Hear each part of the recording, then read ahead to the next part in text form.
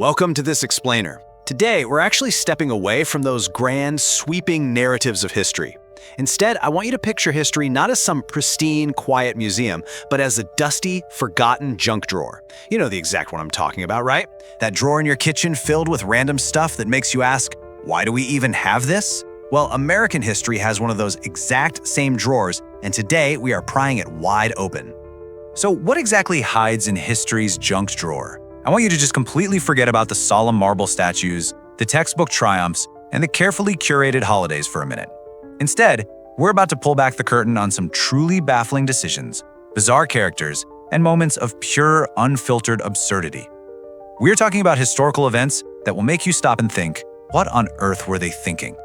Get ready, because we're going to shine a pretty harsh light on the past's most embarrassing and, honestly, hilarious moments. Okay, let's dive into this. Section 1. Bizarre Bureaucracy, Legislating Misery. You know, if there is one long-standing historical constant, it's that lawmakers absolutely love to legislate subjective misery. Long before cable news was debating it, the war on Christmas was a very real, actual legislative battle. Back in 19th century Colorado, lawmakers made this stunning display of bureaucracy by attempting to just outright ban Christmas celebrations. They officially declared the holiday a wasteful distraction from more important things, which presumably was just being miserable. But the public wasn't about to let their Yuletide cheer be canceled by some committee. In a beautiful, historic act of seasonal passive aggression, one of the leading politicians behind this joyless bill woke up to a special delivery from his angry neighbors. They dumped a massive pile of coal right on his doorstep. Clearly, some traditions are for sure worth defending. And that localized misery quickly builds into absolute legislative insanity. Get this.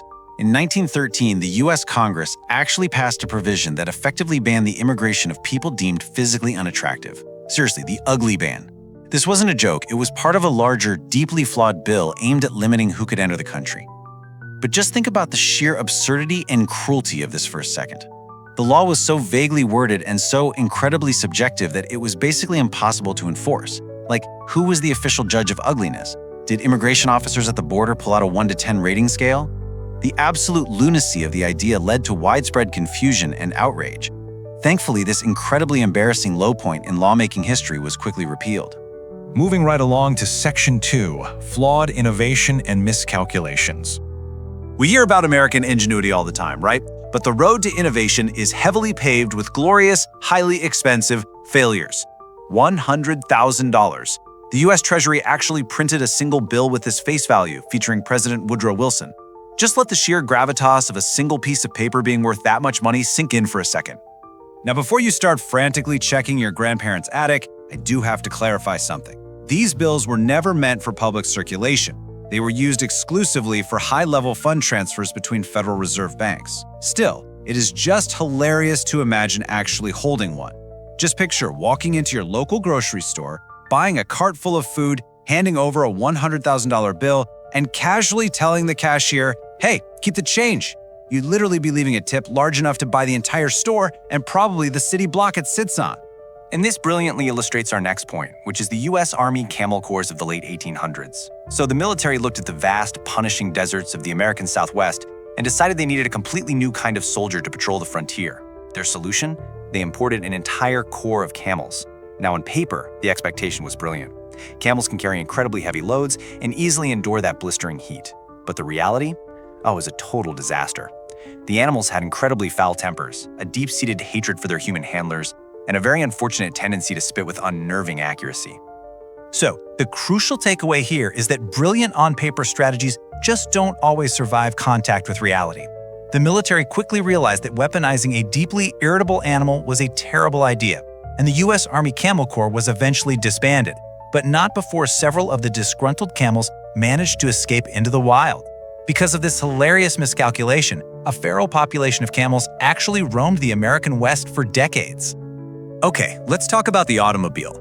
Back in 1891, the promise of the car was swift, modern, and revolutionary transportation across the state of Ohio.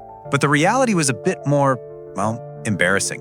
The very first automobile accident in US history happened here and has set a precedent for literally all crashes to come.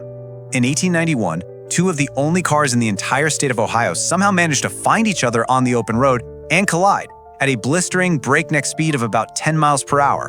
Thankfully, no one was injured in this incredibly slow-motion disaster, but something far more important was born that day. After the 10-mile-per-hour collision, the drivers reportedly spent hours furiously debating whose fault it was. This officially kicked off the grand American highway tradition of the post-accident argument, a tradition that continues on every street and highway to this very day. I guess some things truly are timeless. All right, Section 3, the untouchable President, Andrew Jackson. We're pivoting now to our final act of historical absurdity, the sheer, violent stubbornness of a commander-in-chief. Now, attempting to assassinate a US president is obviously a terrible idea. But attempting to assassinate old Hickory, Andrew Jackson, in 1835, that was a spectacular, life-threatening miscalculation. Here's how it goes down. A would-be assassin confronts the 67-year-old president. Seconds later, in a stroke of just unbelievable luck, both of the attacker's pistols misfire. Now, most people would drop to the floor in relief, right?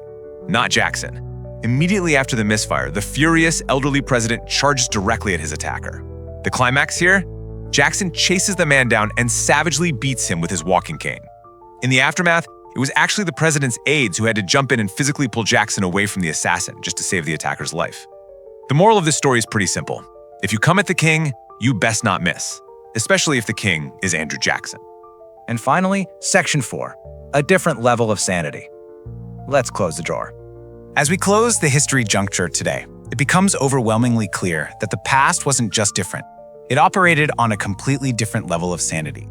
From weaponizing angry camels to dumping coal on politicians' porches, history is just packed with beautifully unfiltered human absurdity.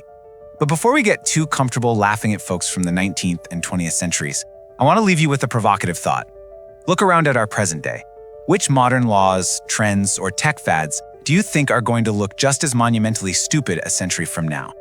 What is currently sitting in our generation's junk drawer, just waiting for a future historian to find it and ask, seriously, what were they thinking?